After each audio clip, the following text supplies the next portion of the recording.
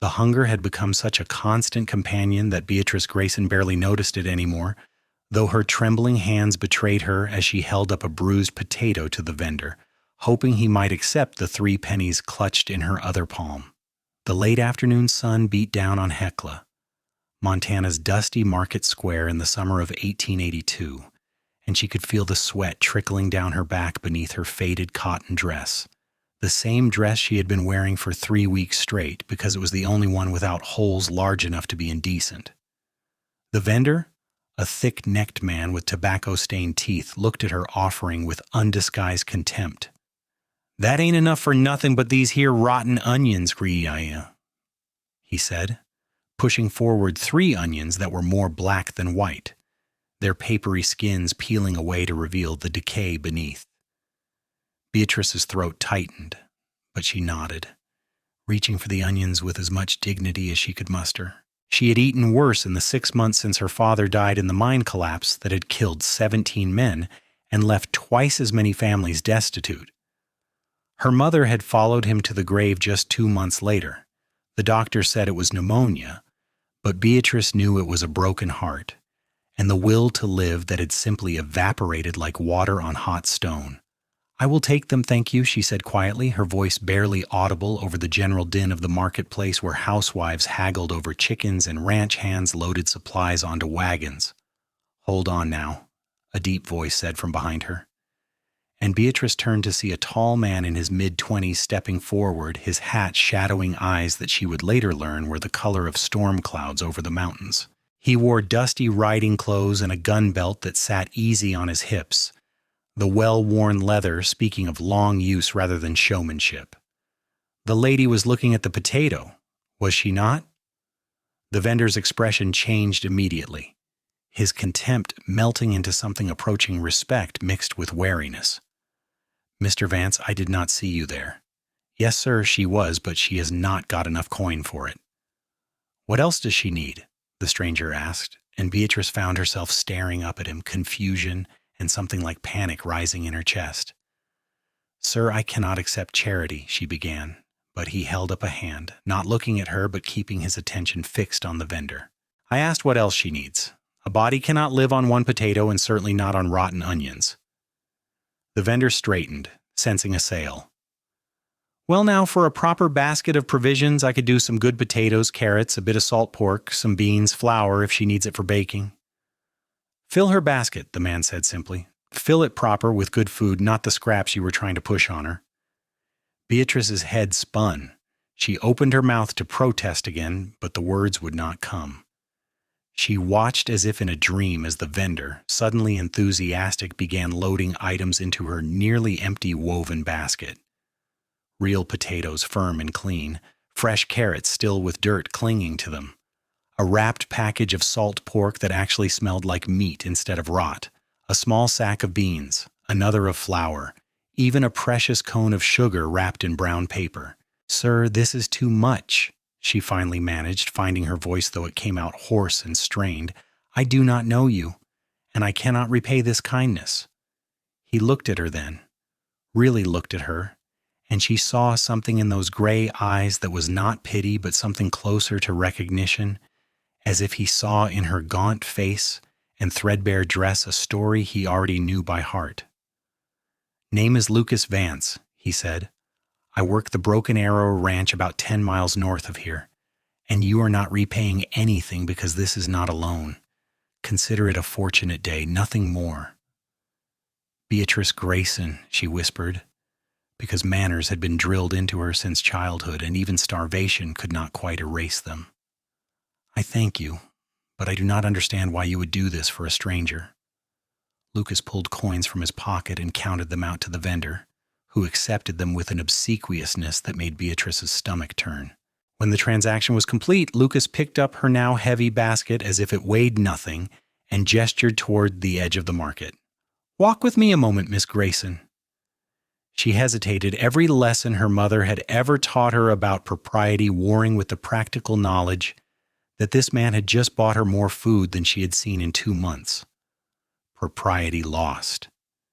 She fell into step beside him, very aware of how she must look, How she must smell after days without proper washing facilities in the boarding house room she could barely afford. They walked past the last of the market stalls toward the relative quiet of the street beyond. Lucas set the basket down on the edge of a horse trough and turned to face her fully. Up close, she could see the fine lines around his eyes from squinting into the sun, the stubble on his jaw that suggested he had been in town since early morning, the way his shoulders carried the kind of strength that came from hard physical labor. "I'm going to tell you something, and I want you to listen without interrupting," he said, his voice gentle despite the command. 5 years ago, I was not much better off than you are now. I'd been working cattle drives up from Texas, barely making enough to eat, sleeping on the ground more nights than not. I came into a town not much bigger than Hecla with nothing but the clothes on my back and a horse I had bought with my last $20. I was looking at a table of day-old bread, trying to figure out if I could make it last 3 days when a ranch owner named Thomas Kirby asked me if I wanted a job. He did not know me from Adam, but he said he could tell a hard worker when he saw one, and he was willing to take a chance. Beatrice listened, her hands clasped tightly in front of her to keep them from shaking. "Mr. Kirby gave me that job, gave me a place to sleep, gave me a chance to prove myself. I worked for him for 3 years before he passed, and when he did, I found out he had left me a section of land and enough money to start my own small operation. Everything I have now came from one man's kindness to a stranger." Lucas picked up the basket again and held it out to her. "So, you see, this is not charity, Miss Greyson. This is paying forward a debt I can never really repay to the man who saved me. Let me do this without you feeling beholden." She took the basket, her arms trembling slightly under its weight, and felt something crack open inside her chest, some hard shell of pride and desperation that she had been carrying for so long she had forgotten what it felt like to be without it. "Thank you," she said. And to her horror, tears began spilling down her cheeks, hot and unstoppable. "I am sorry. I do not mean to cry. It has just been so very hard. And I did not know what I was going to do, and I—" "No apology needed," Lucas said quietly. He pulled a handkerchief from his pocket, surprisingly clean, and offered it to her. "You have been through something terrible. I can see that plain enough. Do you have family here? Someone looking after you?" Beatrice wiped her eyes and shook her head. "They are gone, both of them. My father in the mine collapsed last winter. My mother 2 months after from pneumonia. I've been trying to find work, but there is not much available for a woman alone, and what there is." She trailed off, thinking of the saloon owner who had offered her employment with a leer that made his expectations abundantly clear, the laundry that paid so little she would have starved anyway while working herself to the bone. Lucas frowned, a deep crease appearing between his brows. "You have been alone for months, then. Where are you staying?" "Mrs. Patterson's boarding house on 5th Street. I have been doing mending for her in exchange for the room, but she said this morning that she needs paying tenants, and I have until the end of the week to find somewhere else." The words came out flat, emotionless, because Beatrice had cried herself out over that news already and had nothing left to give it. "That is 3 days from now," Lucas said, and something hardened in his expression that made him look older, more dangerous. "What were you planning to do?" "I do not know," Beatrice admitted. "I truly do not know. I thought perhaps I could sleep in the church, or maybe find someone who needed a live-in housekeeper who would not expect wages, just room and board. I can cook and clean and sew. I am not afraid of hard work." Lucas was quiet for a long moment, looking at her with an intensity that made her want to squirm. She could not read his expression, could not tell what he was thinking, and the silence stretched between them like something physical. "I have a proposition," he finally said, "and I want you to hear me out completely before you answer. Can you do that?" Beatrice nodded, not trusting her voice. "The Broken Arrow is not a large ranch, not yet anyway. I have about 30 head of cattle, a dozen horses, and 2 men who work for me. It is just us men out there, and while we manage well enough, the place looks like what it is, which is a house without a woman's touch. We eat beans and bacon more often than not because none of us can cook worth a damn, and the place is clean enough to keep the vermin away, but not much more than that." He paused, seeming to choose his words carefully. I need someone to keep house, to cook proper meals, to maybe help me build this place into something more than just a rough outfit. I can pay $20 a month plus room and board. You would have your own room, a proper door with a lock, and I give you my word that you would be safe and respected under my roof. My men are good fellows, not the type to bother a woman. I would make that absolutely clear to them. $20 a month. Room and board. Safety. The words seemed too good to be true, and Beatrice's first instinct was suspicion. Why would you offer this to me? You do not know anything about me. I could be a terrible cook. I could be a thief. Could you? Lucas asked, and there was the faintest hint of amusement in his tone. No, Beatrice admitted, but you do not know that? I know enough, he said. I know you were trying to buy rotten food with your last few pennies. I know you have been dealing with grief and hardship for months, and you're still standing here with your head up, not begging but bargaining, trying to maintain your dignity in the face of circumstances that would have broken a lot of people. That tells me what I need to know about your character. Beatrice wanted to believe him.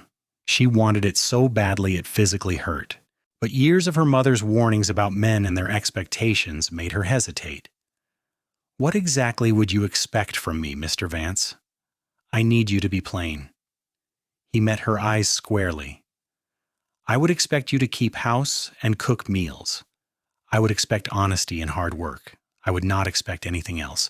I am not offering you a position as my wife or my mistress, Miss Greyson. I am offering you employment, nothing more and nothing less. If that changes, if either of us wants something different down the line, that would be a separate conversation between two adults who could both walk away if they wanted to. But right now, today, I am simply offering you a job that you need and that I need filled. The way he said it, so matter-of-fact and straightforward, eased something in Beatrice's chest.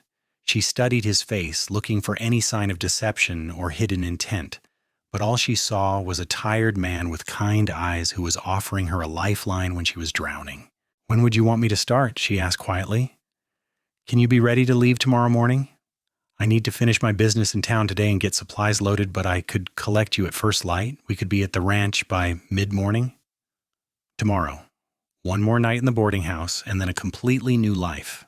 It was terrifying and exhilarating and probably foolish, but what choice did she really have? Yes, Beatrice said. Yes, I can be ready. Lucas's expression softened into something that might have been relief. Good, that is good. Do you need anything else right now? More supplies? Money for Mrs. Patterson? No, Beatrice said quickly, then reconsidered. Actually, if you could spare $1, I could pay her what I owe for the room. I would prefer not to leave on bad terms. Lucas pulled out his coin purse again and handed her not one but $3 silver. Pay her and use the rest for anything you need. Soap, a new dress if you want one, whatever would make you more comfortable. Beatrice stared at the coins in her palm. $3 was more money than she had held at one time in months. Mr. Vance, Lucas, he said, if we are going to be working together, you should call me Lucas. Lucas, she repeated, testing the name. I do not know how to thank you. Then do not try, he said simply. Just be ready tomorrow at first light. Mrs. Patterson's boarding house on 5th Street, you said? Yes, the yellow house with the green shutters. I will be there with the wagon. He tipped his hat to her, a gesture that was somehow both old-fashioned and natural. Until tomorrow, then, Miss Greyson. Beatrice, she said, because it seemed only fair. If I am to call you Lucas, you should call me Beatrice. He smiled then, a real smile that transformed his serious face into something warmer. Until tomorrow, then, Beatrice. She watched him walk away, his long stride eating up the dusty street, and only when he had disappeared around the corner did she look down at the basket in her arms. It was full of more food than she had seen in months, paid for by a stranger who asked nothing in return except the chance to offer her a job. It seemed impossible, like something from one of the novels she used to read when her family had been whole and happy, and the future had seemed bright. Beatrice made her way back to the boarding house slowly, savoring the unfamiliar weight of the basket, the coins warm in her pocket. Mrs. Patterson answered the door with her usual sour expression, but it shifted to surprise when Beatrice counted out $1.20 into her palm. "For the room through tonight, and for the mending I was not able to finish," Beatrice said. "I have found a position and will be leaving tomorrow morning." Mrs. Patterson's eyebrows climbed toward her hairline. "A position? What sort of position?" "Housekeeper at a ranch north of town," Beatrice said, keeping her voice level. "The Broken Arrow." "Vance's place," Mrs. Patterson said, and something shifted in her expression. "Well now, Lucas Vance is a decent man, I will give him that. Keeps to himself mostly, pays his bills on time, does not drink to excess or cause trouble. You could do worse, I suppose." It was probably the closest thing to approval Beatrice was going to get from the sharp-tongued landlady. "Thank you, Mrs. Patterson. I appreciate you taking me in when I needed it." The older woman sniffed. "You worked for your keep. I have no complaints on that score. You leave the room clean, and we will part on good terms." Beatrice carried her basket up to the small room she had been renting, barely larger than a closet, with space for a narrow bed and a battered dresser and nothing else. She set the basket on the bed and simply stared at it for a long moment, still half convinced this was all some kind of fever dream brought on by hunger and desperation. But the food was real. The coins were real. Lucas Vance was real, with his storm gray eyes and his steady voice and his unexpected kindness. Tomorrow morning she would climb into his wagon and ride out to the Broken Arrow Ranch, and her life would change completely. Beatrice made herself a meal that night, the first real meal she had eaten in longer than she wanted to remember. Potatoes boiled until tender, a slice of the salt pork fried until crispy, a handful of beans that she soaked and then cooked with a bit of salt. She ate slowly, savoring every bite, and for the first time in months, she went to bed without her stomach cramping from hunger. Sleep came hard, though, her mind spinning with possibilities and fears. What if Lucas Vance was not what he seemed? What if the ranch was horrible? What if the other men working there made her life miserable? What if she failed, could not do the work, disappointed him? But beneath all those fears was a tiny seed of something else, something she barely recognized because it had been gone for so long. Hope. The fragile, dangerous thing that made people believe the future might be better than the present. When dawn broke, Beatrice was already awake and dressed in her least faded dress, her few possessions packed into the worn carpet bag that had belonged to her mother. She had washed as best she could with the cold water from the pitcher, pinned her dark blonde hair up in a neat bun, and made sure the room was spotless. She carried her bag downstairs just as she heard the sound of a wagon pulling up outside. Lucas Vance was as good as his word. He jumped down from the wagon seat, tipped his hat to her, and took her bag without comment on how light it was. "Morning, Beatrice. Ready?" "Yes," she said, and was pleased that her voice did not shake. He helped her up onto the wagon seat, his hand warm and calloused and steady under her elbow, and then swung up beside her. The wagon was loaded with supplies, sacks of grain, and building materials, and all the things needed to run a ranch. Lucas clicked his tongue at the horses, and they lurched into motion, leaving Hecla behind as the sun climbed higher in the morning sky. The road north was rutted and dusty, winding through grassland dotted with scrub pine and the occasional cluster of cottonwoods marking a creek bed. Lucas kept the horses at a steady pace, not pushing them but not dawdling either. For the first hour they rode in silence, Beatrice too nervous to make small talk, and Lucas apparently comfortable with quiet. Finally, as they crested a rise that gave a view of mountains in the distance, their peaks still capped with snow even in summer, Lucas spoke. "Tell me about your family, if you do not mind talking about it." Beatrice took a breath. It hurt to talk about them, but maybe it would hurt less with time, and perhaps speaking of them kept their memory alive in some small way. "My father, William Greyson, came to Montana from Illinois in '75. He heard there was work in the mines, good wages for men willing to go underground. My mother, Helen, did not want to come west, but she loved him and, Where he went, she followed. I was 7 when we made the journey. That would make you about 20 now, Lucas said, glancing at her. 21 this past April, Beatrice confirmed. We had a good life here, better than what we left behind anyway. My father worked steady. We had a small house. My mother kept a garden. I learned to read and write from the school teacher, Mrs. Morrison, and I helped my mother with the household work. It was not fancy, but it was ours.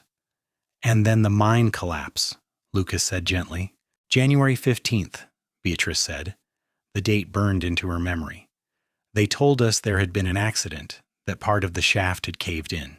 17 men died, including my father. They buried them in a mass grave because some of the bodies could not be recovered whole. Her voice remained steady through sheer force of will. My mother tried to be strong, but losing him broke something in her. She stopped eating, stopped sleeping properly. By March, she was coughing blood. By April, she was gone. And you have been on your own ever since, Los, Lucas said. For 4 months, trying to survive. I sold almost everything we owned to pay for my mother's medicine and then her burial. The furniture, the dishes, even my father's tools. I thought I could find work, thought someone would hire me, but Hecla is not kind to women alone. She twisted her hands in her lap. I am not ashamed of trying to survive, but I'm ashamed that yesterday I was bargaining for rotten food. My mother would have been horrified. Your mother would have been proud that you kept fighting, Lucas said firmly. There is no shame in being poor, Beatrice. Only in how you treat other people when you are, and from what I saw yesterday, you treated that vendor with more courtesy than he deserved. They fell back into silence, but it felt different now, less awkward and more companionable. Beatrice found herself stealing glances at Lucas, taking in details she had missed yesterday. The way he held the reins loose and confident. The scar on his left hand, pale against his sun-bronzed skin. The way his hair, dark brown and slightly too long, curled against his collar. What about you? She asked, surprising herself with her boldness. You told me how you got the ranch, but where did you come from before that? Lucas's expression shifted, something shadowing his eyes. Texas originally. My father had a small farm outside of Austin, raised cotton, and tried to make a living. He died when I was 15, my mother when I was 16. I have a younger sister, Mary, who went to live with our aunt in San Antonio. I send her money when I can. You were as alone as I am now, Beatrice said softly. Yes, Lucas agreed. I suppose I was. That is how I recognized what I saw in you yesterday. There is a look people get when they are at the end of their rope but still refusing to give up. I saw it in my own reflection often enough when I was drifting. But you are not drifting now. No, he said, and there was satisfaction in his voice. No, I am not. The broken arrow is mine, truly mine, and I plan to build it into something that lasts, something I can be proud of. I will do everything I can to help with that, Beatrice promised. I meant what I said yesterday. I'm not afraid of hard work. Lucas smiled at her, that same warm smile that transformed his face. I believe you. They reached the ranch as the sun approached its zenith, and Beatrice felt her breath catch as they came over a final rise in the valley opened before them. The ranch house was not large, a single-story structure made of logs with a stone chimney at one end, but it sat in a beautiful location with a creek running nearby and mountains rising in the distance. There was a barn, a corral with horses, a few outbuildings. Everything looked solid and well-maintained if rough. 2 men emerged from the barn as the wagon approached, both of them tall and weathered in the way of men who spent their lives outdoors. Lucas pulled the wagon to a stop and jumped down, calling out, "James, Pete, come meet our new housekeeper." The 2 ranch hands approached with curiosity written plain on their faces. The older one, maybe in his mid-40s with graying hair and a thick mustache, was introduced as James Collins. The younger, perhaps a year or 2 older than Lucas himself, was Pete Donovan, red-haired and freckled with an easy grin. "Miss Beatrice Greyson," Lucas said, helping her down from the wagon. "She will be keeping house for us and cooking proper meals, so I expect you both to treat her with complete respect. Are we clear?" "Yes, sir," both men chorused, and Beatrice saw nothing but genuine welcome in their expressions. "Any man who makes her uncomfortable will be looking for work elsewhere," Lucas continued. "I mean that." "Understood, boss," James said. "Miss Greyson, it is a pleasure to have you here. We have been living like bachelor pigs, if you will pardon me saying so. A woman's touch will be most welcome." Pete nodded enthusiastically. "And a decent meal that is not just beans and bacon? I dreamed about my mother's cooking last night." Beatrice felt herself relaxing slightly. These seemed like good men, the kind her father would have liked. "I will do my best," she said. "Though I should warn you, I will need a day or two to take stock of the kitchen and supplies before I can promise culinary miracles." "Anything better than what we have been eating will be a miracle," Pete said cheerfully. Lucas showed her inside while James and Pete began unloading the wagon. The interior of the house was exactly as he had described, clean enough to keep vermin away but obviously lacking a woman's touch. The main room served as kitchen, dining area, and sitting room all in one, with a large fireplace and a cast iron stove for cooking. There were 2 doors leading off the main room. Lucas opened the first. "This is my room," he said simply, giving her a glimpse of a neatly made bed and not much else before closing the door again. He opened the second door. "This will be yours." The room was small but private, with a real bed frame and mattress, a dresser, a washstand, and a chair. Most importantly, it had a window with glass panes and a door with a lock, just as he had promised. "James and Pete bunk in the smaller cabin next to the barn," Lucas explained. "So it will just be the 2 of us in the house, but with separate rooms and proper doors. I want you to feel safe here, Beatrice. That is important to me." She turned to face him. This man who had appeared in her life like an answer to prayers she had been too proud to speak aloud. "Thank you, Lucas, for all of this. I know I have said it before, but I do not think you understand what this means to me." "I think I do," he said quietly. "Now why do not you settle in, look around the kitchen, and figure out what you need? I'll be working with James and Pete for the rest of the day, but I will be around if you have questions."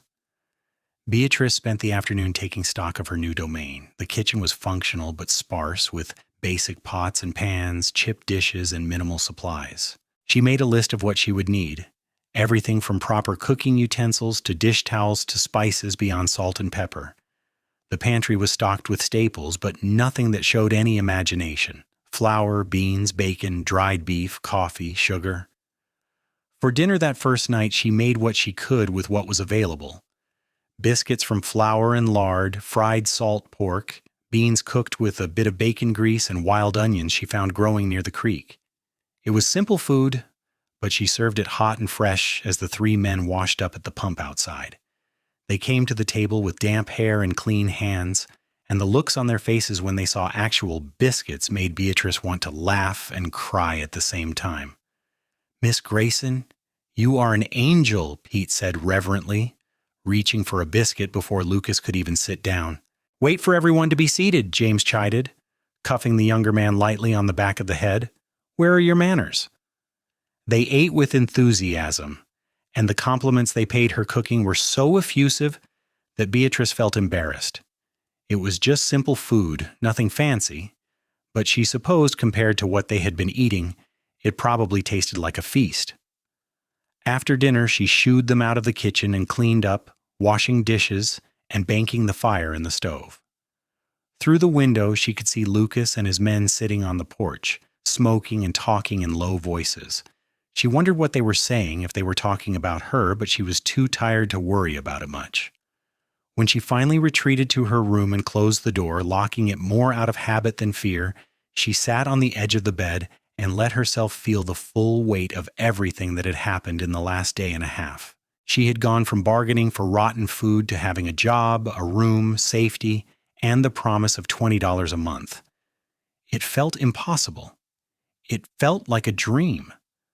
But when she lay down on the mattress, which was more comfortable than anything she had slept on in months, and pulled the clean blankets up to her chin, she knew it was real. She had been given a second chance, and she would not waste it. The days fell into a rhythm after that. Beatrice woke before dawn to start breakfast, feeding the men enormous portions of eggs and bacon and biscuits or pancakes before they headed out for the day's work. She spent her mornings cleaning and organizing the house, slowly transforming it from a bachelor cabin into something more like a home. She sewed curtains from flour sacks, scrubbed floors until they gleamed, organized the pantry with ruthless efficiency. In the afternoons, she prepared dinner, experimenting with the limited supplies and gradually expanding her repertoire as Lucas brought back items from her list each time he went to town. She made stews and roasts and even attempted a pie, which came out lopsided but delicious enough that Pete asked for seconds. Lucas was a good employer, respectful and appreciative, without being effusive. He thanked her for meals, noticed when she had done extra work, and never crossed the boundaries he had set that first day. But Beatrice found herself noticing things about him. The way he was patient with the horses, how he listened when his men talked, really listened instead of just waiting for his turn to speak. The quiet competence with which he handled everything from mending fences to breaking a green horse to managing the accounts that he worked on at the kitchen table after dinner. A month passed, then two. Beatrice felt herself growing stronger. The constant hunger and exhaustion that had marked her last months in Hecla fading away. She put on weight, her dresses fitting properly again instead of hanging on her frame. Color came back into her cheeks. She felt like herself again. Or maybe like a new version of herself, one who had survived something terrible and come out the other side changed, but not broken. It was in the third month, on a Sunday when Lucas had given James and Pete the day off and they had ridden into town, that things shifted between them. Beatrice had spent the morning baking bread, the house filled with the yeast and warmth smell of rising dough. Lucas had been working on paperwork but emerged from his room when the bread came out of the oven, drawn by the scent. "That smells incredible," he said, leaning against the door frame and watching as she turned the loaves out onto a cooling rack. "It tastes better than it smells," Beatrice said, unable to keep the pride out of her voice. "My mother taught me. She said a woman who could not bake a proper loaf of bread was no kind of woman at all, though I always thought that was rather harsh." Lucas laughed, and Beatrice realized it was a sound she heard too rarely. He smiled often enough, but real laughter was something else. "Your mother sounds like she had strong opinions." "She did," Beatrice agreed, "about everything. How to keep house, how to dress, how to behave in public. She was very proper, very concerned with respectability. My father used to tease her about it gently." "Do you miss them?" Lucas asked, then immediately shook his head. "That is a foolish question. Of course you miss them." "Every day," Beatrice said, "but it hurts less now than it did. Time helps, I suppose, and having work to do, a purpose, that helps too. Being here has helped more than I can say, Lucas." He was quiet for a moment, studying her with those storm-gray eyes. "You have been here almost 3 months now," he said. "Are you happy? Truly happy? Because if there is anything I can do to make your situation better, you only have to ask." Beatrice set down the dish towel she had been holding. "I am happier than I have been in a very long time," she said honestly. "You have been nothing but kind and fair. James and Pete treat me with complete respect. I have meaningful work and security and a roof over my head. What more could I possibly ask for?" "I do not know," Lucas said, "but I wanted you to know that the offer stands. Anything you need, you tell me." "There is one thing," Beatrice said, making a decision. "Would you teach me to ride? I have never learned, and I feel rather helpless not being able to get anywhere on my own." Lucas's face lit up. "I would be glad to. We can start this afternoon if you like. The weather is good, and I have a gentle mare that would be perfect for a beginner." That afternoon, Beatrice found herself in the corral, facing a placid bay mare named Rosie, while Lucas explained the basics of horsemanship. He was a patient teacher, showing her how to approach the horse, how to saddle her, how to mount and sit properly. When she finally swung up into the saddle with his hand steadying her waist, she felt a thrill of accomplishment mixed with terror. "Easy now," Lucas said, his voice calm and reassuring. "Rosie is as gentle as they come. Just hold the reins like I showed you, sit deep in the saddle, and use your legs to guide her." For the next hour, Beatrice rode in slow circles around the corral while Lucas called instructions and encouragement. She fell off twice, both times landing in the dirt with a jarring thud, but Lucas was there immediately to help her up and make sure she was not hurt. The second time, she found herself laughing at the absurdity of it, sitting in the dust with her skirts hiked up in a most unladylike manner, and Lucas laughed too. "You are doing well," he said, offering his hand to pull her to her feet. "Most people fall off a dozen times before they get the hang of it." "I will be sore tomorrow," Beatrice predicted, but she was smiling as she brushed the dust off her skirts. "Probably," Lucas agreed, "but you will also be a rider. Want to try again?" She did. By the time the sun was setting, painting the sky in shades of orange and purple, Beatrice could walk and trot Rosie around the corral without feeling like she was about to fall off at any moment. She was exhausted and dusty and happier than she could remember being in months. Lucas helped her down from the saddle, his hands lingering just a moment longer than necessary on her waist, and Beatrice felt something shift between them, a spark of awareness that had nothing to do with employer and employee and everything to do with man and woman. "Thank you," she said, slightly breathless, and "that was wonderful." "You are a natural," Lucas said, and his voice sounded slightly rough. "We will practice more next Sunday if you like." "I would like that very much." They stood there in the fading light, close enough that Beatrice could see the rise and fall of his chest, could smell the scent of leather and horse and honest sweat that clung to him.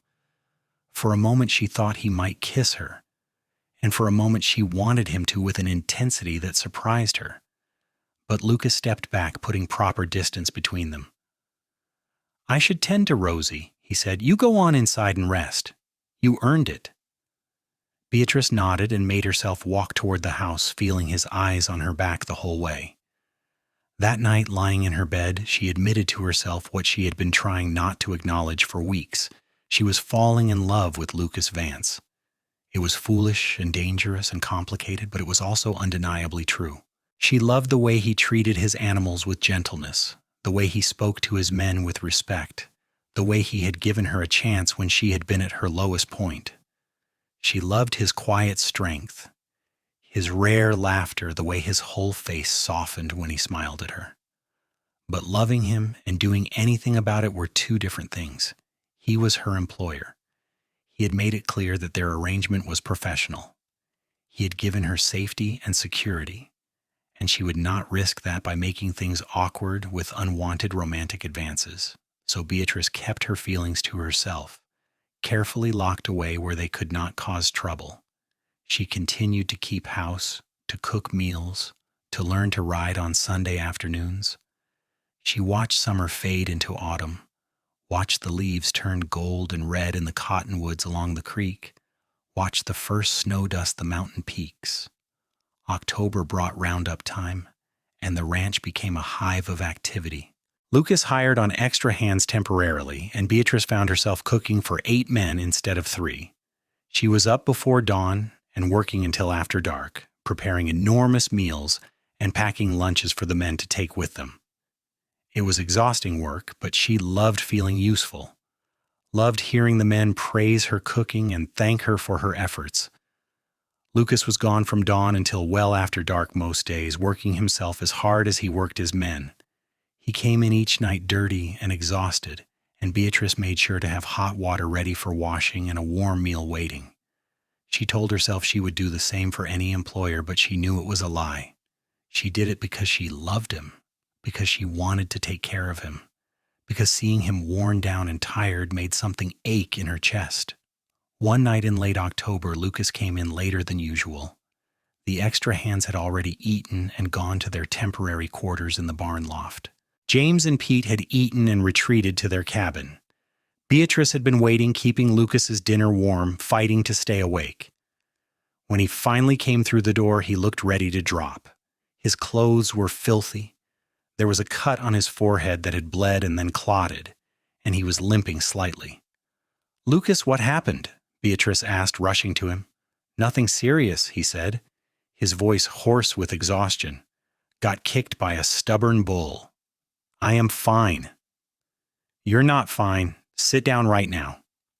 She pushed him into a chair, her concern overriding any deference to his position as her employer. Let me see that cut. She fetched clean water and cloth, and Lucas sat still while she gently cleaned the wound on his forehead. It was not deep, but head wounds bled terribly, and he looked awful. This close to him, she could see the lines of exhaustion around his eyes, the way his hands were shaking slightly from fatigue. When was the last time you slept properly? She asked, dabbing at the cut. I do not remember, he admitted. There has been too much to do. You are going to work yourself to death, Beatrice said, and she could hear the fear in her own voices. You cannot keep this pace up, Lucas. You employ men for a reason. Let them do some of the work. It is my ranch, he said stubbornly. My responsibility. And you will be no good to anyone if you collapse, Beatrice countered. She finished cleaning the cut and pressed a clean cloth to it. Hold this. I am getting your dinner. She served him the meal she had kept warm, watching critically as he ate. He was so tired he could barely chew, and halfway through the plate his eyes started to close. That is enough, Beatrice said firmly. You need sleep more than food. Go to bed, Lucas. Still have to check on the horses, he mumbled. James already did it. I asked him to before he turned in. Everything is taken care of. Please, just go to bed. Lucas looked at her, and something in his expression made her breath catch. You take good care of me, Beatrice, better than I deserve. You deserve everything good, she said before she could stop herself. You're a good man, Lucas Vance, the best man I have ever known. For a moment they just looked at each other, the air between them charged with something unspoken. Then Lucas pushed himself to his feet with visible effort. Thank you, he said quietly, for everything. I do not say it enough, but I am grateful you are here. So am I, Beatrice whispered. He left to his room, and Beatrice cleaned up the kitchen, her heart pounding. She had almost said it, almost told him how she felt. The words had been right there, pressing against her lips, desperate to be spoken. But she had not said them, and perhaps that was for the best. Perhaps some things were better left unspoken. Roundup finished in early November, and life on the ranch settled back into its normal rhythm. The cattle had been driven to market. The extra hands paid off and sent on their way. Lucas had money in the bank and plans for expanding the herd next spring. The Broken Arrow was thriving, and everyone associated with it was prospering. James went to town one Saturday in November and came back with gossip. There is a social being planned for Thanksgiving, he announced over dinner, at the church hall in Hecla. Dancing and food, and I heard tell that Mrs. Morrison is organizing some kind of charitable auction. Pete's eyes lit up. Dancing? Will there be women there? One hopes that is generally a requirement for dancing, James said dryly. Boss, are we going? Lucas glanced at Beatrice. Would you like to go? We could all ride in together. Beatrice felt her pulse quicken. A social. Dancing. She had not been to any kind of social gathering since before her parents died, and never as an adult attending with an escort. I would like that, she said carefully, but I do not have anything appropriate to wear. Then we will fix that, Lucas said immediately. What do you need? Lucas, I cannot ask you to buy me a dress. You are not asking, I am offering. Consider it a bonus for all the extra work you did during Roundup. He was using the tone that she had learned meant he had made up his mind and would not be swayed. We will go to town next Saturday and you can pick out fabric and whatever else you need. Beatrice wanted to protest, but the truth was she desperately wanted a new dress. Something pretty that she could wear to the social. Something that would make her feel like a woman instead of just a housekeeper. If you are certain, she said, I am certain. The following Saturday, they rode to Hecla together in the wagon, just the two of them. James and Pete had stayed behind to handle the ranch work, and Beatrice found herself nervous in a way she had not been in months. This felt like something other than employer and employee running errands. This felt almost like a courtship. though she knew that was her foolish heart reading too much into a simple trip to town. At the dry goods store, Lucas told the proprietor to give Beatrice whatever she needed and put it on his account. She chose carefully, not wanting to be extravagant, settling on fabric for a dress in a deep green that the shopkeeper's wife said would bring out her eyes. She also bought thread, buttons, and a bit of ribbon for trim. "You will make it yourself?" Lucas asked as they left the store. "Of course. I am a fair hand with a needle and thread. My mother made sure I learned properly." "I have no doubt it will be beautiful," he said, and the sincerity in his voice made her blush. They had lunch at the hotel restaurant, sitting in the dining room like proper people instead of grabbing food from a street vendor. Beatrice was acutely aware of the looks they were getting, people clearly speculating about their relationship. She kept her head high, refusing to be ashamed of her position, but she wondered what Lucas thought about the gossip. If he noticed, he did not seem bothered. He was relaxed and attentive, asking her opinion about what supplies to buy for the ranch, talking to her about his plans for the spring. He treated her like an equal, like someone whose thoughts and opinions mattered, and it made her love him even more. On the ride back to the ranch, Lucas was quiet for a long time before finally speaking. "Beatrice, can I ask you something personal?" "Of course." "Do you ever think about your future? About what you want your life to look like?" Beatrice considered the question carefully. "I suppose I used to before my parents died. I thought I might marry someone from Hecla, have children, live a quiet life. But after everything that happened, I stopped thinking that way. I was just trying to survive, day to day. I did not let myself think about the future because it seemed too painful to hope for anything." "And now?" Lucas asked quietly. "Now I let myself hope again," she admitted.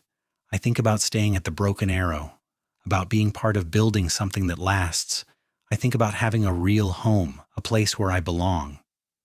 She paused, then made herself say the rest.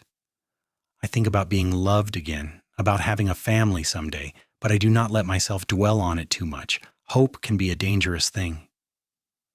"Why dangerous?" "Because hoping for something you cannot have breaks your heart slowly," Beatrice said. "Quick heartbreak heals faster than the slow kind." Lucas was quiet for so long that Beatrice thought she had said too much, revealed too much. But finally he spoke, his voice rough with emotion. "What if I told you that I hope for the same things? What if I said that for months now I have been fighting not to hope for something that would change everything between us?" Beatrice's heart stopped, then started again at double speed. "What are you saying?" Lucas pulled the wagon to a stop, even though they were still miles from the ranch. He turned to face her fully, and the look in his eyes made her breath catch. "I am saying that you are the first thing I think about when I wake up and the last thing on my mind before I sleep. I am saying that watching you work, hearing you laugh, seeing you become yourself again these past months has been the greatest privilege of my life. I am saying that I am in love with you, Beatrice Greyson, and I have been fighting it because I did not want to make you uncomfortable or make you feel obligated to return my feelings because I am your employer." Beatrice felt tears spring to her eyes. "Lucas, let me finish," he said gently. "I know this complicates things. I know I promised you just a job, nothing more. If you do not feel the same way, we can forget I said anything and go back to how things were. I will not hold it against you, and your position here will not change. But I had to tell you, I could not keep it inside anymore." "You foolish man," Beatrice said, laughing and crying at the same time. "Did you really think I did not feel the same way? Did you not notice how I wait up for you no matter how late you work? How I make your favorite meals and mend your shirts and watch you when I think you are not looking? I have been in love with you for months, Lucas Vance, and I have been trying so hard not to show it because I thought you saw me only as your housekeeper." Lucas's expression transformed, hope and joy and relief washing over his face in waves. "You love me?" "I love you," Beatrice confirmed. "I love your kindness and your strength and the way you treat everyone with respect. I love how hard you work and how you are building something real and lasting. I love that you gave me a chance when I had nothing. And I love that you see me as a person, not just someone to cook and clean. I love you completely." He reached for her then, his work, roughened hands cupping her face with infinite gentleness. "May I kiss you, please?" she whispered. The kiss was everything she had imagined and more. Gentle at first, tentative, as if they were both afraid of breaking the spell. But then Lucas's arms came around her, pulling her close, and Beatrice melted into him, wrapping her arms around his neck. The kiss deepened, becoming something heated and desperate. Months of longing and restraint finally released. When they finally pulled apart, both breathless, Lucas rested his forehead against hers. "Marry me," he said. "Not because you work for me, not because you feel obligated, but because I love you and I want to spend my life with you. Marry me, Beatrice." "Yes," she said without hesitation. "Yes, 1,000 times yes." They kissed again, and this time there was no hesitation, no holding back. They kissed like people who had been denying themselves for too long, like people who had finally found home in each other's arms. Eventually, Lucas pulled back with visible reluctance. "We should get back to the ranch," he said, "before I do something ungentlemanly right here in the wagon." Beatrice laughed, feeling lighter than air. That would give the ranch hands something to talk about. "They are going to talk anyway," Lucas said, clicking to the horses and setting them in motion again. "James has been telling me for weeks that I should stop being stubborn and court you properly." "Pete told me the same thing," Beatrice admitted. "He said it was painful watching us dance around each other." "Smart men, both of them," Lucas said. He reached over and took her hand, lacing their fingers together. "When should we marry? I know tradition says we should wait, have a proper courtship, but I have waited long enough." "So have I," Beatrice said. "But people will talk if we rush things." "Let them talk. I do not care what anyone thinks except you." "Then let us marry at the Thanksgiving social," Beatrice suggested. "Reverend Harris will be there. We can ask him to perform the ceremony. It will be in 3 weeks, which will give me time to finish my new dress, and we can have our wedding and celebrate Thanksgiving all at once." Lucas smiled at her, that smile that transformed his entire face. "That sounds perfect." The next 3 weeks passed in a blur of preparation and barely suppressed joy. Beatrice worked on her dress in the evenings, creating something that was both practical for ranch life and pretty enough for a wedding. The green fabric shaped itself into a gown with a fitted bodice and full skirt, trimmed with the ribbon at the collar and cuffs. It was not fancy by city standards, but it was the most beautiful thing she had ever owned. Lucas rode to town to speak with Reverend Harris and arrange for the wedding. He came back with the news that the Reverend was delighted to perform the ceremony and had suggested they do it at the start of the social, so everyone could witness and celebrate with them. "The whole town will know our business, Lori," Lucas said, "but I find I do not mind. I want everyone to know you are mine and I am yours." James and Pete were thrilled when they heard the news, both of them congratulating Lucas and assuring Beatrice that they could not be happier. "Boss has been miserable trying to hide his feelings," Pete confided to her one afternoon. "It is good to see him happy." The day of the Thanksgiving social arrived bright and cold, with a dusting of snow on the ground and more threatening in the clouds overhead. They all dressed in their best clothes. Beatrice in her new green dress with her hair pinned up in an elaborate style she had practiced for days. When she emerged from her room, Lucas stopped mid-motion, staring at her. "You are the most beautiful woman I have ever seen," he said, his voice rough with emotion. "You are quite handsome yourself," Beatrice replied, taking in his clean white shirt and dark suit coat. He had even trimmed his hair and shaved carefully, and he looked like a different man from the dusty cowboy she had first met. The ride to Hecla seemed to take forever and no time at all. Beatrice's stomach was a knot of nerves and excitement. She was getting married. She was marrying Lucas Vance, the man who had saved her life and then won her heart.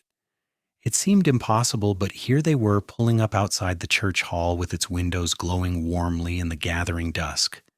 Inside, the hall was decorated with autumn leaves and branches, tables laden with food, and what seemed like half the town of Hecla milling about. Conversations died down as Lucas and Beatrice entered, people turning to stare. Beatrice lifted her chin, refusing to be cowed, and felt Lucas's hand steady at the small of her back. Reverend Harris came forward, beaming. "Ah, the happy couple. Shall we proceed? I thought we might get the ceremony done before the dancing begins, if that suits you." "That suits us perfectly," Lucas said. Word spread quickly, and within minutes, the entire gathering had assembled to witness the wedding. Beatrice found herself standing at the front of the hall, Lucas beside her, Reverend Harris before them with his Bible open. James and Pete stood nearby as witnesses, both grinning broadly.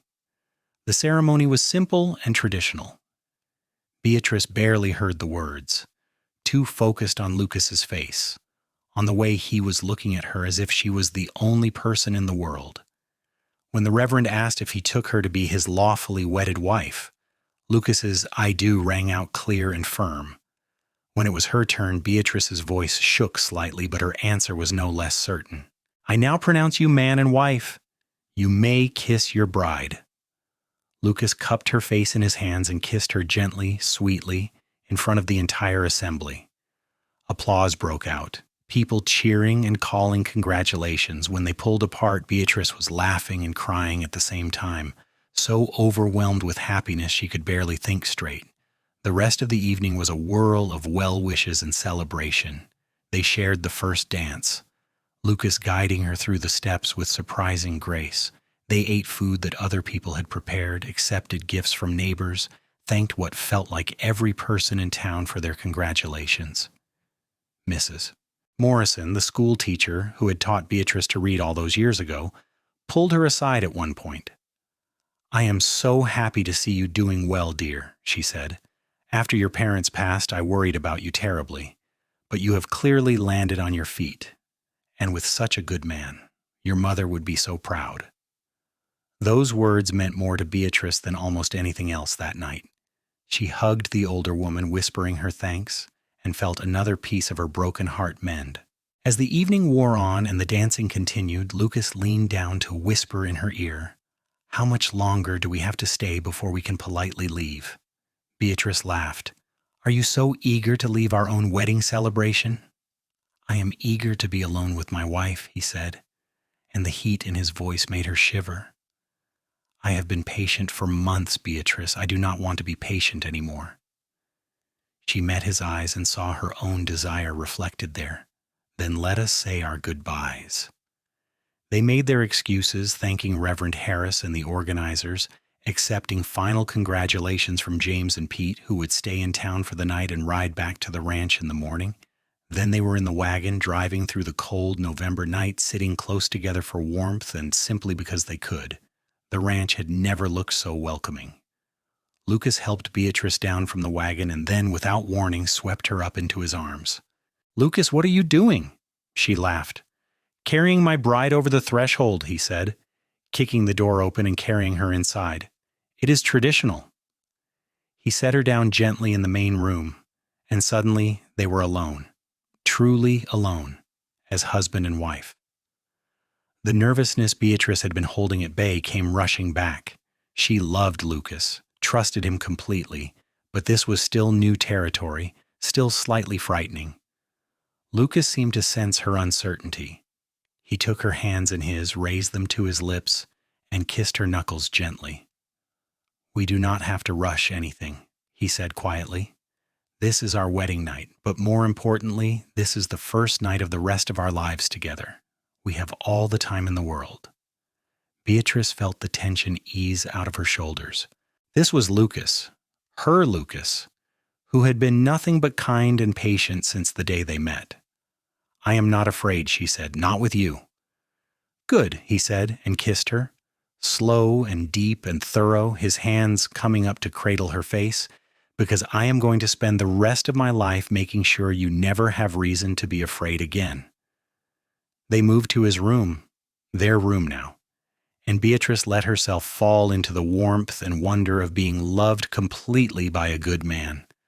Lucas was gentle and patient, taking his time, making sure she felt cherished and safe. When they finally came together, it felt like the most natural thing in the world, like two puzzle pieces clicking into place. Afterward, they lay tangled together in the darkness, Beatrice's head on Lucas's chest, listening to the steady beat of his heart. "I love you," Lucas said, his voice rumbling under her ear. "I will say it every day for the rest of our lives until you believe it completely." "I believe it now," Beatrice said, pressing a kiss to his chest. "And I love you too. Thank you for saving me, Lucas, not just from hunger, but from giving up on everything good." "You saved yourself," he said. "You were still fighting, still trying to survive with dignity. All I did was give you a chance. You did the rest." They fell asleep like that, wrapped around each other, and Beatrice thought that this was what happiness felt like, this warm, safe, loved feeling that spread through her entire body. The winter passed in a haze of newlywed bliss. Beatrice settled into her role as Lucas's wife, finding that being married changed little in terms of daily work, but changed everything in terms of how she felt. This was her home now, not just her place of employment. Lucas was her husband, not her employer. They worked together as partners, making decisions about the ranch together, planning for the future together. In February, Beatrice realized she had missed her monthly courses. She waited another month to be sure before telling Lucas, afraid to hope, afraid to be disappointed. But when she missed again in March, she knew it was time to speak up. She told him one evening after dinner, simply and directly, "Lucas, I think I'm with child." He had been drinking coffee, and he set the cup down so hard it nearly cracked. "What?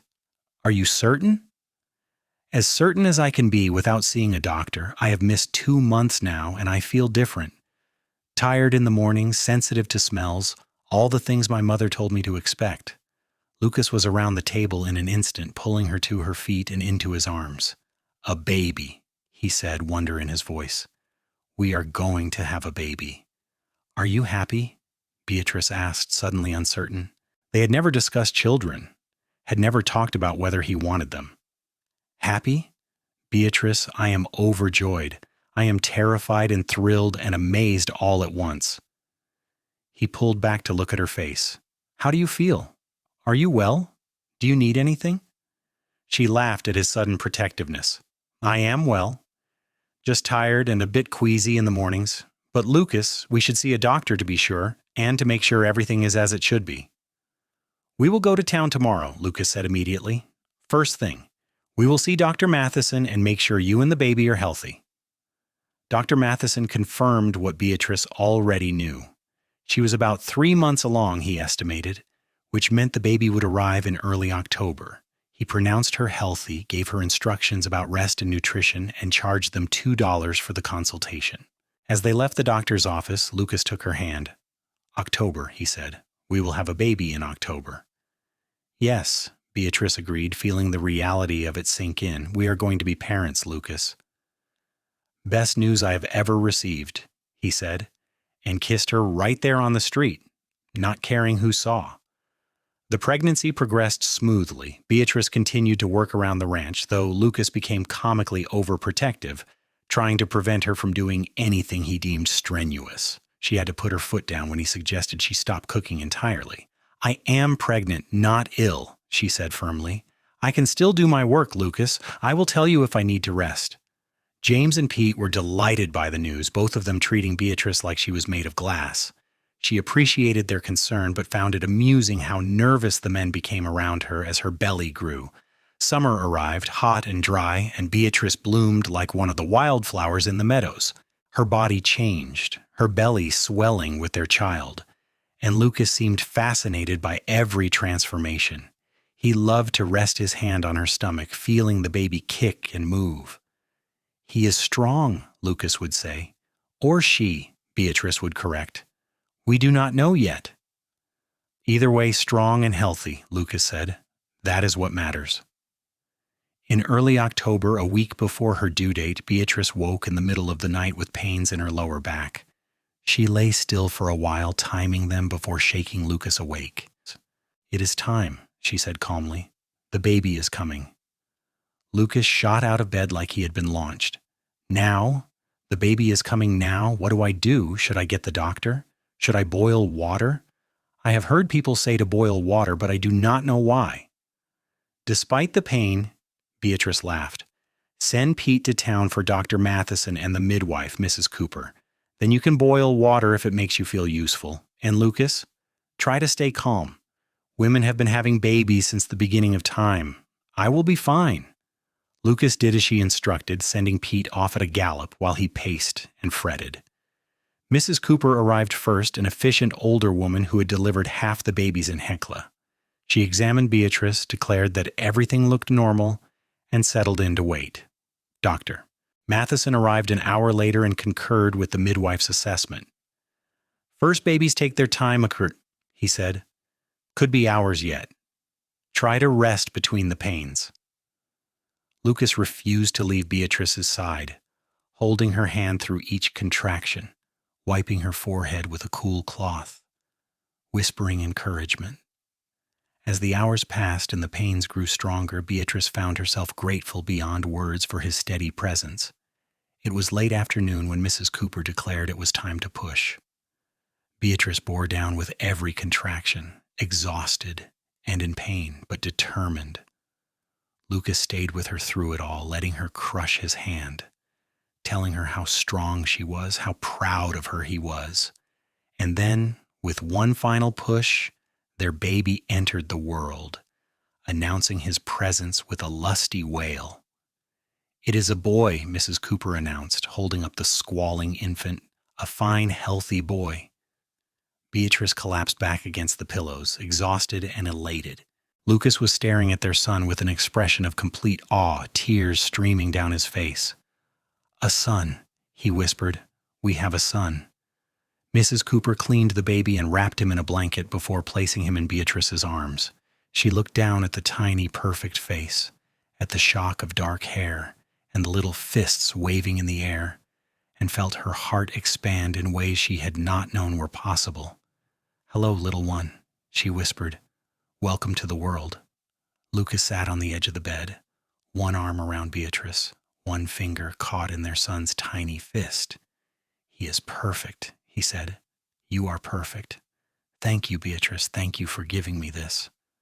"We made him together," Beatrice said, leaning into her husband's embrace. "He is ours, Lucas, our family." They named him William Thomas Vance, after Beatrice's father and the man who had given Lucas his start. Little William was a good baby, healthy and growing strong. Lucas was a devoted father, getting up with Beatrice for nighttime feedings, changing diapers without complaint, simply sitting and staring at his son for hours as if he could not quite believe he was real. James and Pete were equally besotted, taking turns holding the baby and declaring him the finest child ever born. The ranch became a place of laughter and life, the sound of William's cries and coos becoming as familiar as the lowing of cattle and the neighing of horses. As the months passed and William grew from infant to baby to toddler, Beatrice watched Lucas become not just a good father, but a great one. He was patient and kind, firm when necessary, but always loving. He included William in ranch work as soon as the boy was old enough, putting him up on a horse, teaching him about cattle and land management, passing on everything he had learned. 3 years after William was born, Beatrice gave birth to a daughter, Elizabeth Helen Vance, named for her grandmothers. The baby girl had Beatrice's blonde hair and Lucas's gray eyes, and she wrapped her father around her little finger from the moment she arrived. "I am outnumbered now," Lucas joked, holding his daughter while William demanded to see his new sister. "A wife and a daughter. I will never win another argument." "You hardly won them before," Beatrice teased, watching her family with a contentment so deep it was almost painful. 2 years later, another son arrived, James Peter Vance, named for the two ranch hands who had become like family. The ranch continued to grow and prosper, and so did the Vance family. By the time William was 10, Elizabeth was 7, and James was 5, the Broken Arrow had become one of the most successful ranches in the territory. Lucas had added to his land holdings, increased his herd, built a new barn, and expanded the house to accommodate their growing family. But more than the material success, they had built something more precious. A home filled with love and laughter, a place where children grew up safe and cherished, a legacy that would last. On their 10th wedding anniversary, Lucas and Beatrice stood on the porch of their home watching their children play in the yard. William was teaching Elizabeth to rope a fence post, while little James toddled after them, determined not to be left out. "Do you remember that day in the market?" Lucas asked, his arm around Beatrice's waist. "When I saw you bargaining for scraps?" "Every detail," Beatrice said. "I was so hungry, so desperate, so afraid, and then you appeared like an answer to a prayer I'd been too proud to speak." "I saw you and I knew," Lucas said. "I did not understand it then, but I knew you were going to be important to me. That day changed both of our lives." "You saved me," Beatrice said, leaning into his warmth. "In every way a person can be saved." "We saved each other," Lucas corrected. "You gave me a reason to build this place into something more than just a ranch. You gave me a family, a home, a purpose beyond just survival. Everything good in my life comes from you, Beatrice." She turned in his arms to face him, seeing the lines that time and work had etched into his face, the gray that was starting to appear at his temples, the familiar storm gray eyes that still made her heart race. "I love you, Lucas Vance. I loved you when I was a starving woman in a market square, and I love you now as a wife and mother with everything she could ever want. I will love you until my last breath and beyond." He kissed her then, sweet and slow, the kind of kiss that spoke of deep, abiding love rather than desperate passion. When they pulled apart, their children were staring at them. "Papa is kissing Mama again," Elizabeth announced with the dramatic exasperation of a 7-year-old. "That is what married people do," William said with the worldly wisdom of his 10 years. "Yuck," James contributed, and they all laughed. Lucas called the children over and they came running, flinging themselves at their parents with the uncomplicated joy of childhood. Lucas caught them all, somehow managing to hold all three while Beatrice wrapped her arms around the whole group. "I love you all," Lucas said. "Every single one of you. You are my whole world." "We love you too, Papa," the children chorused, and Beatrice felt tears prick her eyes at the simple perfection of the moment. That night, after the children were asleep and the house was quiet, Beatrice and Lucas sat together by the fire. She was mending one of William's shirts while Lucas reviewed the ranch accounts, and it was peaceful and domestic, and exactly what Beatrice had dreamed of all those years ago when she had been alone and frightened. "What are you thinking about?" Lucas asked, noticing her stillness.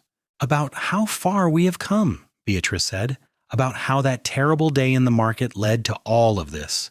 About how I almost gave up, almost stopped fighting, and then you appeared and changed everything." Lucas set aside his papers and pulled her into his lap, mending and all.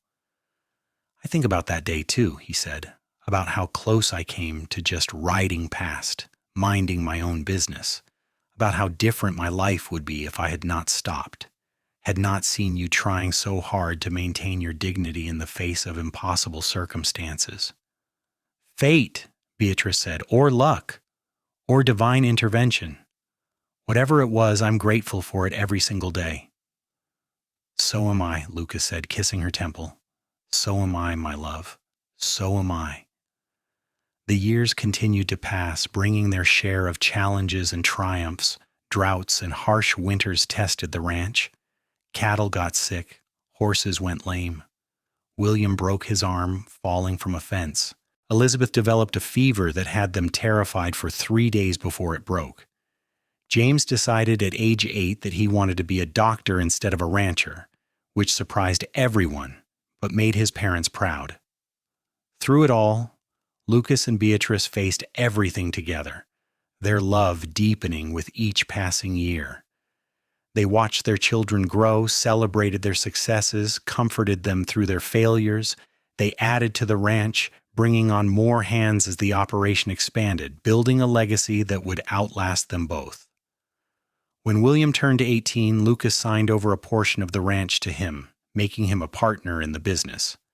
William had grown into a young man who was the perfect blend of both his parents, strong and hardworking like his father, compassionate and thoughtful like his mother. He had been courting the daughter of a neighboring rancher, a bright young woman named Sarah, and Lucas and Beatrice watched with amusement as their son experienced the same nervous courtship they had once navigated. Elizabeth, at 15, was already showing signs of her mother's determination and her father's business acumen. She kept the ranch books with a precision that impressed everyone and had announced her intention to attend normal school to become a teacher, following in Mrs. Morrison's footsteps. James, at 13, was deep in his studies, determined to get the education necessary to become a doctor. Lucas and Beatrice supported his dreams even though it meant their youngest would likely leave the ranch someday. "They're growing up so fast," Beatrice said one evening, watching her children. They were not really children anymore, she realized. They were young adults, preparing to make their own way in the world. "We raise them well," Lucas said. "They are good people, all three of them. That is all a parent can really hope for." On their 20th wedding anniversary, the whole family gathered at the ranch for a celebration. William brought Sarah, who was now his fiancée. Elizabeth had a young man from town who seemed smitten with her, much to Lucas's protective dismay. James was simply himself, brilliant and slightly awkward, more comfortable with books than people. The extended family was there too. James Collins had married a widow from town and brought her and her 2 children. Pete Donovan had finally wed after years of bachelorhood, marrying late in life but happily. They all gathered around the big table that Lucas had built years ago, passing dishes and laughing and telling stories. After dinner, as the sun set and painted the sky in brilliant colors, Lucas stood and raised his glass. "I want to make a toast," he said, and everyone quieted. 20 years ago, I married the most remarkable woman I have ever known. She was brave and strong even when the world had beaten her down. She took a chance on a cowboy with a rough ranch and big dreams. She made this house a home. She gave me 3 incredible children. She has been my partner, my love, my best friend." He turned to Beatrice, and she saw tears shining in his eyes. "Beatrice, you are the best thing that ever happened to me. Thank you for saying yes when I asked you to marry me. Thank you for building this life with me. Thank you for 20 years of love and laughter and joy. I love you more today than I did on our wedding day, and I will love you more tomorrow than I do today." Beatrice stood, her own eyes wet with tears, and raised her glass. "And I love you, Lucas Vance, with everything I am and everything I have. You saved me when I was lost, and you have spent 20 years proving every day that you are the best man I could have ever chosen. Here is to 20 more years, and then 20 after that, and as many more as we are blessed to have." They clinked glasses, and everyone cheered. The party continued late into the night with music and dancing and all the joy that comes from family gathered together. Later, when everyone had gone home or to bed, Lucas and Beatrice walked out to the fence line looking at the ranch spread out before them in the moonlight. "It is beautiful," Beatrice said. "Everything we built together. The land, the house, the family. It is more than I ever dreamed possible." "It is ours," Lucas said, pulling her close. "Every bit of it. And it all started with a basket of food in a market square and a woman who was too proud to accept charity." Beatrice laughed, remembering. "I was so stubborn. I tried to refuse your help." "Thank God you did not," Lucas said. "Thank God I was too stubborn to take no for an answer." They stood there in the darkness, comfortable in the silence that comes from knowing someone completely. After a while, Beatrice spoke again. "Do you ever wonder what would have happened if things had been different? If you had not stopped that day? If I had been too proud to accept your offer of work?" "Sometimes," Lucas admitted. "But then I remember that I do not believe in coincidence. I think we were meant to find each other, Beatrice. I think everything that happened, all the pain and struggle, led us exactly where we were supposed to be, together." "I believe that too," Beatrice said. I have to believe it. Otherwise, all that suffering was for nothing. But it was not for nothing. It made me strong enough to survive. It made me grateful enough to recognize a good man when I met him. It made me brave enough to take a chance on happiness. Lucas turned her in his arms, looking down at her face in the moonlight. She was older now, lines around her eyes and silver threads in her hair, but to him she was as beautiful as the day he had first seen her in the market. "I will love you until my last breath," he said, "and if there is anything beyond that, I will love you there too. You are my everything, Beatrice Vance." "And you are mine," she whispered, standing on tiptoe to kiss him. "Always and forever, Lucas, always and forever."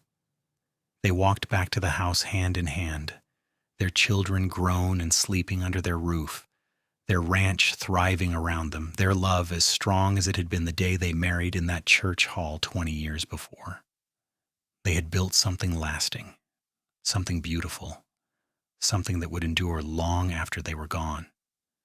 The years continued their inevitable march forward. William married Sarah in a beautiful ceremony at the ranch, and within 2 years, Lucas and Beatrice became grandparents to twin boys, making them laugh at the chaos 2 babies could create. Elizabeth went to normal school and then returned to Hecla to teach, following her dreams while staying close to family. James got his medical education and opened a practice in town, becoming the doctor that the community desperately needed. Lucas and Beatrice watched it all with pride and contentment, their hair going gray, their movements slowing slightly, but their love never diminishing. They still sat together by the fire on cold nights. They still walked the fence line on warm evenings. They still held hands at the dinner table and kissed each other good morning every day. On the 40th anniversary of that day in the market, when Lucas had filled her basket and paid her tab, Beatrice woke to find Lucas already awake, watching her with those storm-gray eyes that still made her heart flutter. "Good morning," she said, smiling at him. "Good morning, my love," he replied. "Do you know what day it is?" "How could I forget?" Beatrice said. 40 years ago today, a cowboy took pity on a starving woman and changed both their lives forever." "It was not pity," Lucas said firmly. "It was recognition. I saw you and I knew, even if I did not understand it then. You were mine, and I was yours, and everything else was just details." They lay there together, comfortable in their shared warmth, thinking about all the years behind them and all the years still to come. Their children were grown and happy. Their grandchildren were healthy and thriving. The ranch was prosperous and would continue for generations. "We did well," Beatrice said. "Did we not? We took the hand fate dealt us, and we made something beautiful from it." "We did better than well," Lucas said. "We did extraordinary. We loved each other through everything, and that love created all of this. That is the greatest accomplishment of my life, Beatrice. Not the ranch, not the money, not any of it. Just loving you and being loved by you in return." Beatrice rolled over to face him fully, studying the face she knew as well as her own. "I would do it all again," she said. "Every hardship, every struggle, every moment of pain and fear, if it meant ending up here with you. I would walk through fire if it led me to your arms." "You will not have to," Lucas promised, "because I will never let you go. Not in this life or the next. We are bound together, you and I. Forever." They rose together and went about their day, a day like thousands of others before it and thousands that would come after. They tended the ranch, spent time with their family, shared meals and conversation and comfortable silences. It was an ordinary day, and it was perfect precisely because it was ordinary. That evening, as the sun set over the mountains and painted the sky in shades of gold and pink and purple, the whole family gathered once more. William and Sarah with their growing brood of children, Elizabeth with her husband, a kind school teacher who adored her, James with his new wife, a woman he had met in medical school who shared his passion for healing. They ate together, talked together, laughed together, and Lucas and Beatrice sat at the head of the table, their hands clasped together, watching the legacy they had built unfold before them. "Thank you," Beatrice whispered to Lucas, "for stopping that day, for filling my basket, for paying the tab, for giving me hope when I had none left. Thank you for letting me, Lucas whispered back. Thank you for taking a chance on a rough cowboy with more dreams than sense. Thank you for making all those dreams come true. They sat surrounded by love, surrounded by family, surrounded by the life they had built together from nothing but determination and hope and an absolute refusal to give up on each other or themselves. And as the evening wore on and the stars came out over Montana, Beatrice looked at Lucas and saw not just the man who had saved her, but the man who had loved her completely for over 40 years. It was everything she had never dared to dream of all those years ago in that dusty market square. And it was more than enough. It was everything.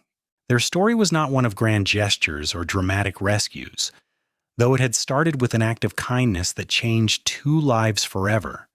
It was a story of steady, enduring love, of 2 people who chose each other every day through good times and hard times, through joy and sorrow, through youth and middle age, and into the golden years of their lives.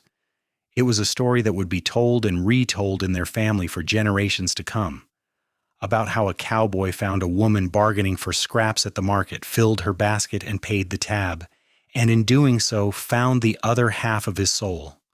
About how that woman, brought low by circumstance but not broken by it, had the courage to accept help, and then the strength to build a life that honored both their struggles and their triumphs. It was a love story, pure and simple, and like all the best love stories, it had a happy ending that was really just the beginning of a lifetime of happiness together. As the night deepened and the family began to drift homeward, Lucas and Beatrice remained on the porch watching the stars wheel overhead in their eternal dance. "I love you," Lucas said, the words as familiar as breathing and as necessary. "I love you too," Beatrice replied, "always and forever." And that was exactly how it would be, always and forever, until their last breaths and beyond, into whatever came next. Because some loves are too strong to be contained by a single lifetime, too powerful to be diminished by time or circumstance or even death itself. Their love was one of those loves, born in a moment of compassion, nurtured through years of partnership, strengthened by every challenge they faced together. It was the foundation upon which they had built everything that mattered, and it would endure as long as stories were told, and hearts remembered what it meant to truly, completely, eternally love another soul. And so they lived, happily ever after, in the truest sense of those ancient words, not without challenges or sorrows, because life always brings both, but with a love that made every challenge bearable and turned every joy into something transcendent. They lived their lives fully and well, surrounded by family and held close by a bond that nothing could break. When their time came many years later, they went peacefully, within months of each other, neither willing to be parted from their other half for long. They were buried side by side on a hill overlooking the ranch, beneath a stone that read, "Lucas and Beatrice Vance, beloved parents and grandparents, together in life, together in eternity." And the Broken Arrow Ranch continued, passed down through the generations, a testament to what could be built when 2 people loved each other completely and refused to give up on their dreams. The land prospered, the family grew, and the story of how it all began was never forgotten, because every great legacy starts with a single act of kindness, and every great love story begins with 2 people willing to take a chance on something that seems impossible but turns out to be inevitable. Lucas and Beatrice had taken that chance, and they had created something that would last forever, written not just in stone and land and legacy, but in the hearts of everyone who knew them and everyone who would hear their story in the years to come. It was a story of survival and hope, of compassion and courage, of the transformative power of love. But most of all, it was a story with the happiest of endings, where 2 lost souls found each other in a dusty market square and spent the rest of their lives proving that sometimes, just sometimes, fairy tales do come true.